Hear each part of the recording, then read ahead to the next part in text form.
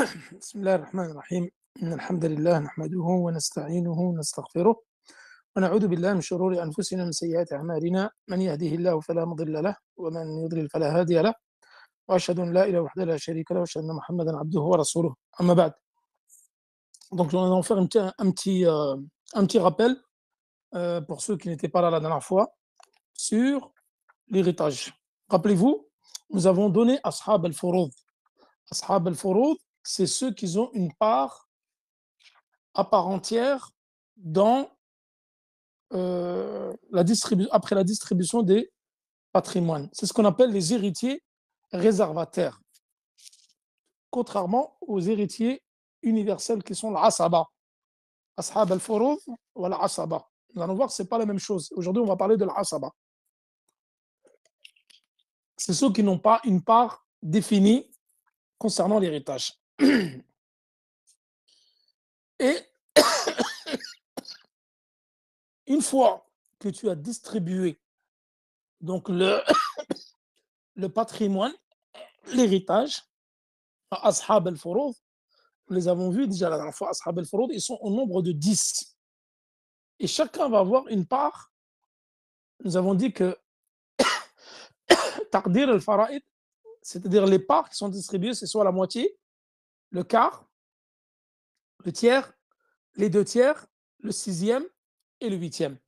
Donc c'est ça, al-Furud al-Muqaddara fi kitabillah, subhanahu wa ta'ala, wa fi sunnati nabiyyi sallallahu alayhi wa sallam. Et après la distribution des parts des héritiers réservataires, c'est-à-dire Ashab al-Furud, ceux qui ont une part qui est déjà définie. Le reste, on va le donner à qui? On va le donner à l'Asaba. Ça s'appelle les héritiers universels. C'est ceux qui n'ont pas une part qui est définie, ni dans le Coran, ni dans la Sunna. Eux, ils prennent le reste. Lorsque, par exemple, nous avons une fille, elle va prendre la moitié. D'accord? Avec les conditions que nous avons citées. S'il y a un frère avec elle, son frère, c'est min al-Asaba. Donc lui, il va prendre, nous avons dit que le garçon, il prend 2 fois la part de la fille. Donc là, on va pas faire l'équation par 2. On va dire la fille, elle prend la moitié là. Non. S'il y a une fille avec un garçon, avec son frère, le garçon, il va prendre 2 et la fille, elle va prendre 1. D'accord? Ça, je vous avais dit que j'allais vous faire le tableau, mais j'ai pas eu le temps de préparer une feuille avec un stylo et le tableau pour vous montrer comment résoudre les équations des faraïd. Inch'Allah, je vais vous faire mercredi. Bi'idhnillah. On fait juste une petite révision, puis on essaie d'avancer dans le cours. Taïb, on avait vu la fille. Donc la fille, nous avons dit, elle prend la moitié avec les conditions que nous avons déjà vues. Qu'elle n'ait pas de frère et qu'elle n'ait pas de descendants. Que le mort n'ait pas de descendants.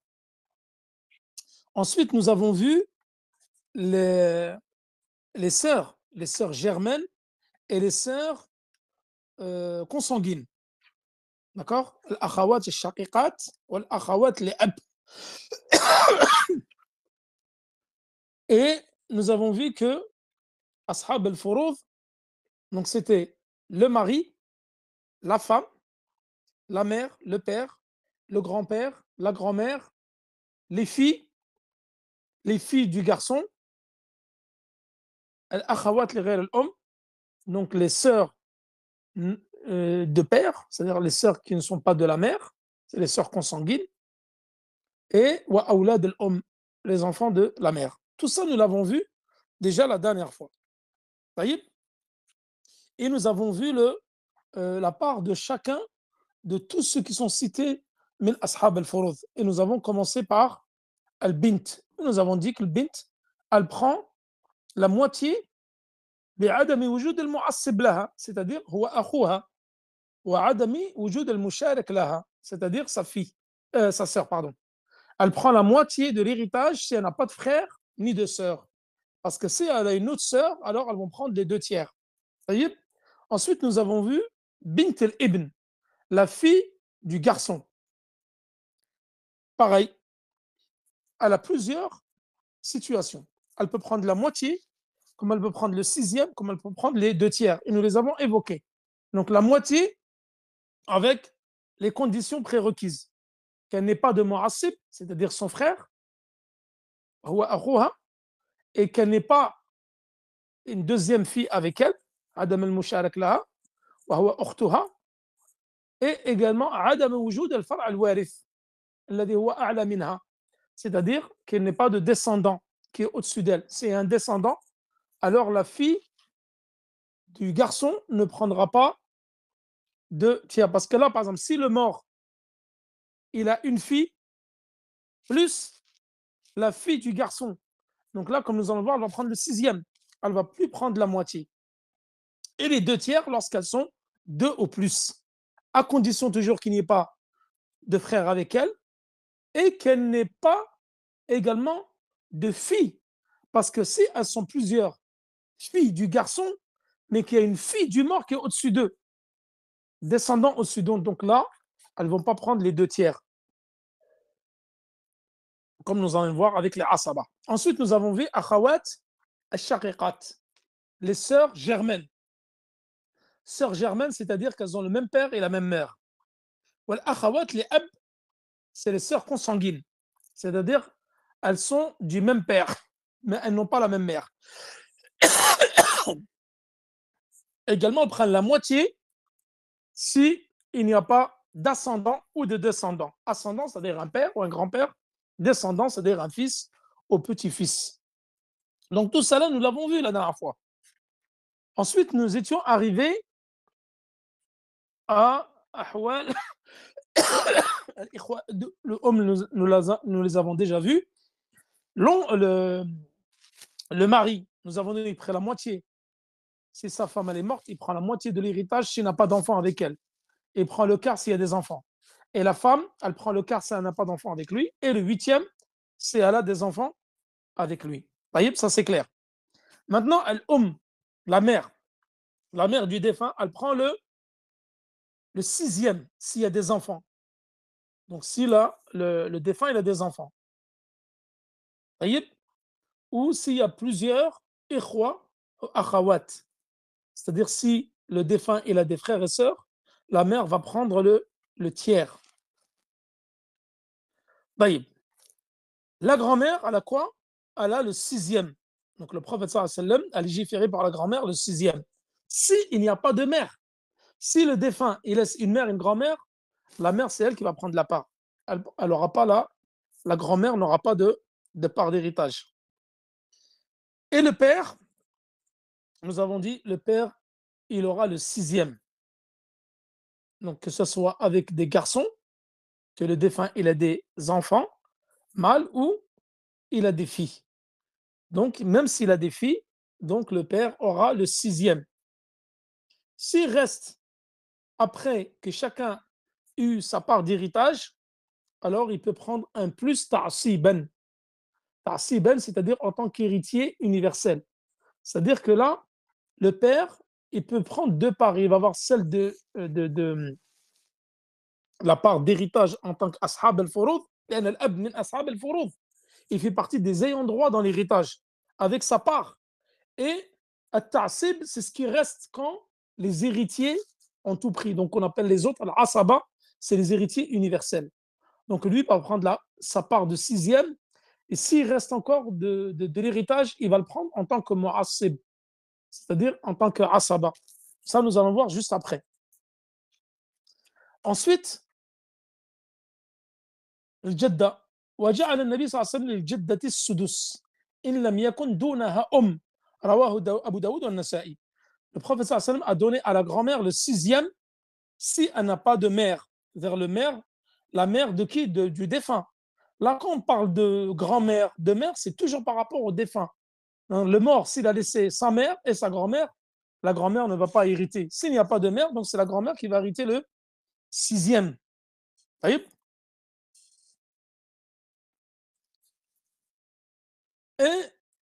Abu Bakr al-Siddiq, il n'avait pas eu le hadith de Qabisa ibn Du'ayb qui dit, il y a une grand-mère qui est venue voir Abu Bakr al-Siddiq pour le questionner sur son héritage.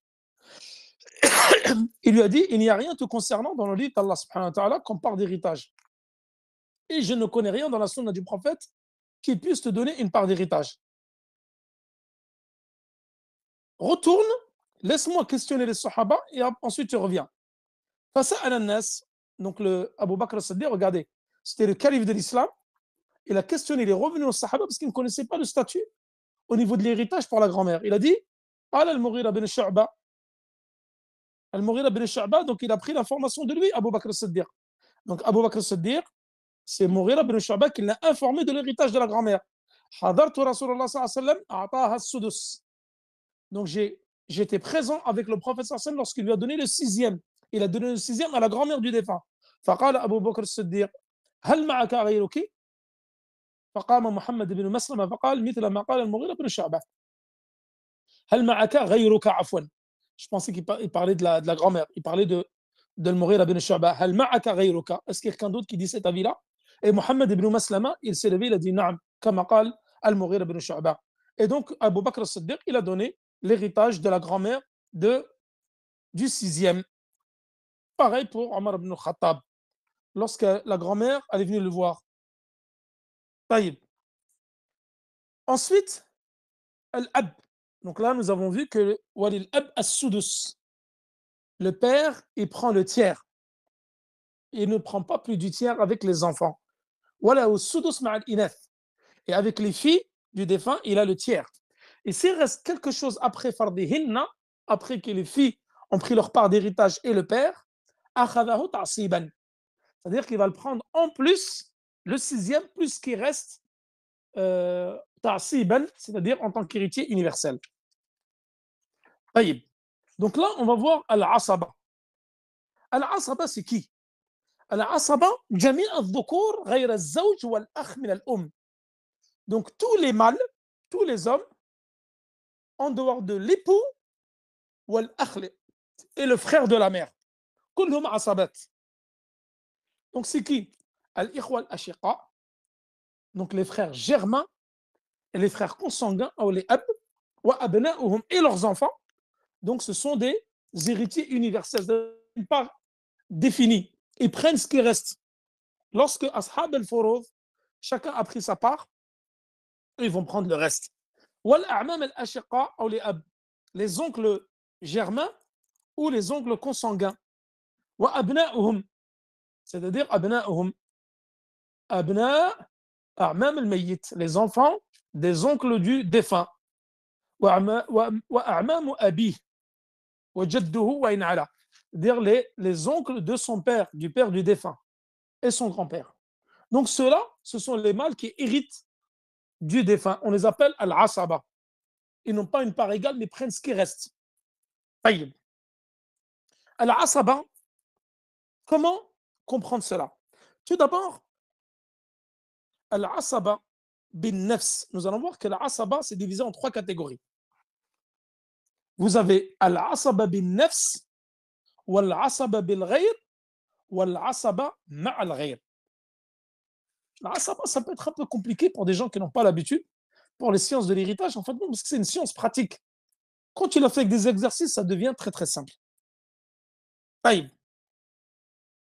Donc là, l'asaba, ce sont les héritiers qu'on appelle universels. Donc là, l'asaba, lorsqu'il est tout seul, donc une règle applicable à l'héritier universel, lorsqu'il est tout seul, tout le patrimoine lui revient. C'est-à-dire qu'il n'y a aucun min ashab al-furud, ni fille, ni sœur consanguine, ni sœur germaine, ni petite fille, ni la fille du fils, ni le père, ni la mère, ni le mari, ni la... Il va rester que les hommes en dehors de l'époux et du frère de la mère. S'il n'y a que eux, alors ils prennent la totalité du patrimoine.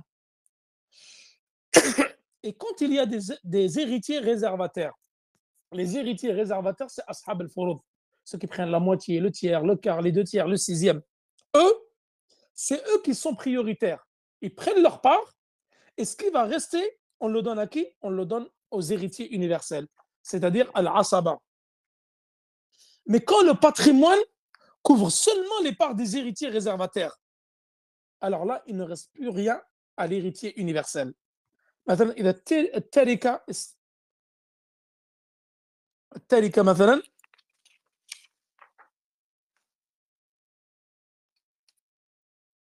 إذا استغرقت الفروض التركة لم يبقى للعاصب شيء. Si le patrimoine a été pris entièrement par les réservataires, les héritiers réservataires, ashab al-furud, alors là, l'héritier universel qu'on appelle l'asaba, il lui reste plus rien. Donc, il ne prend plus rien.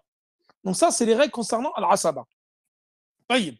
وإن وجد عصبان فأكثر. C'est-à-dire, s'il y a deux asaba qui n'ont pas de part prédéfinie, c'est-à-dire les héritiers réservataires, qu'est-ce qu'ils vont prendre ces héritiers universels? C'est à qui on va donner la part en premier. Parce que s'il y a les ashab al-furud, il y a des asaba, mais de différentes djihas. Parce que nous allons voir que les asaba, ils sont de 5 catégories.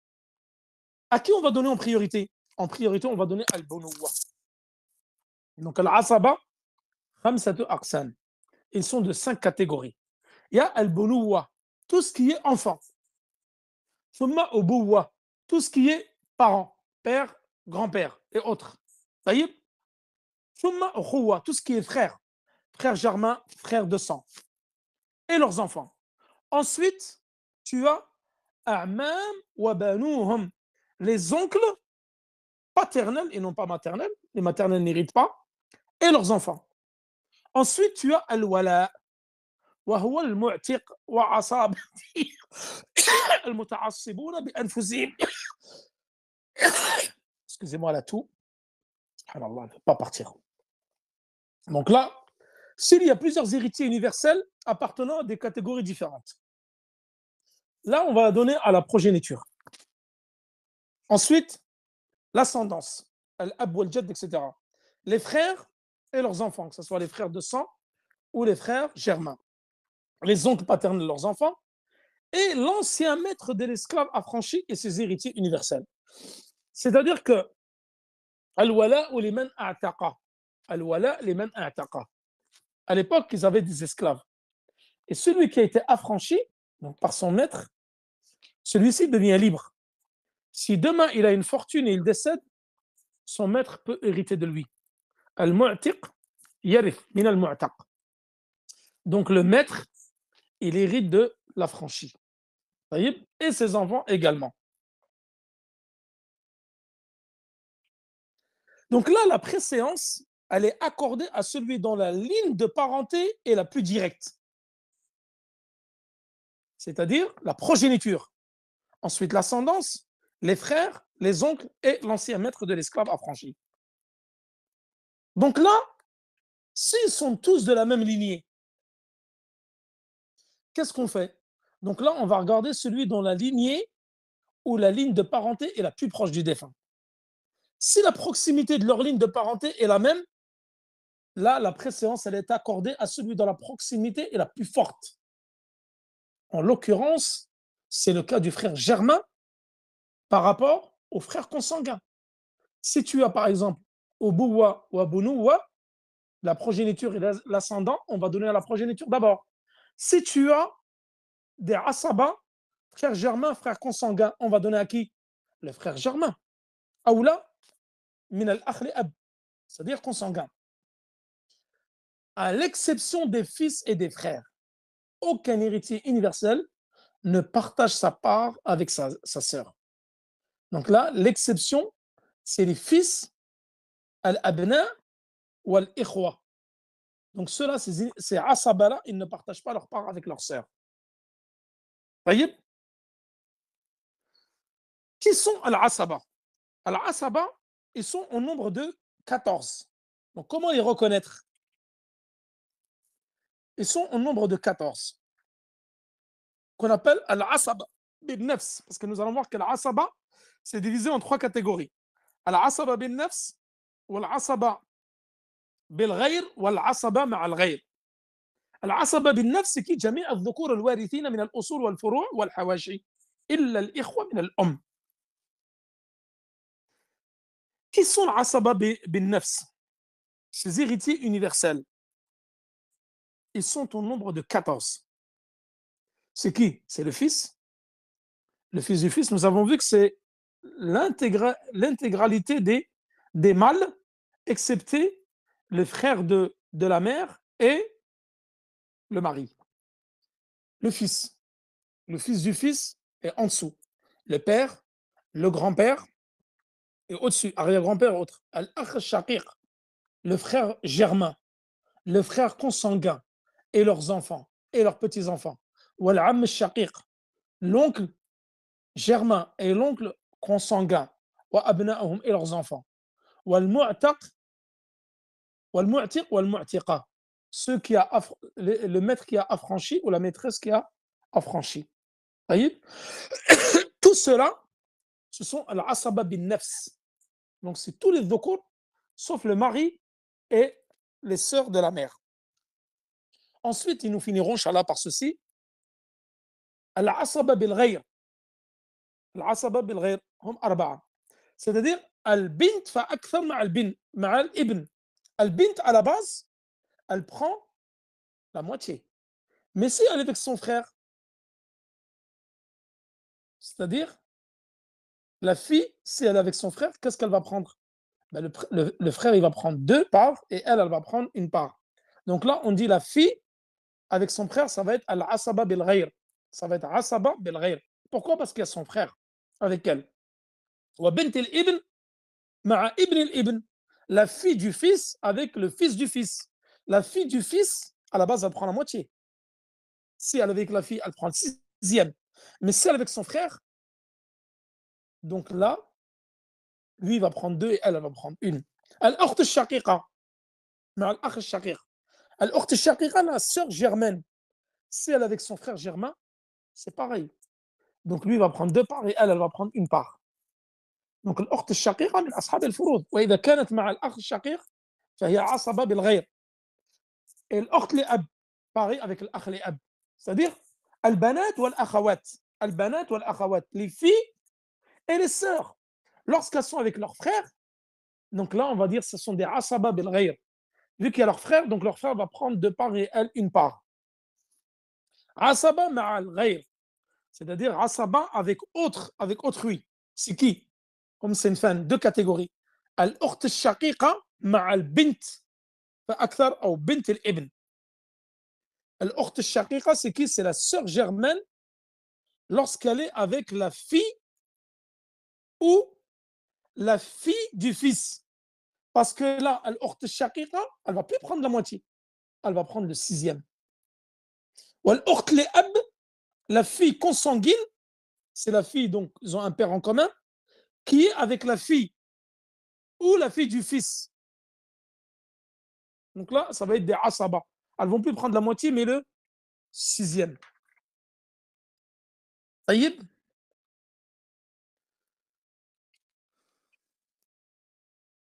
Donc nous avons vu que les asaba, tous les asaba, sauf al-abna ou al-ikhwa, c'est-à-dire sauf les enfants et les frères. Les autres, lorsqu'ils sont avec leur sœur, alors leur sœur ne prendra rien. C'est lui qui va prendre toute la part.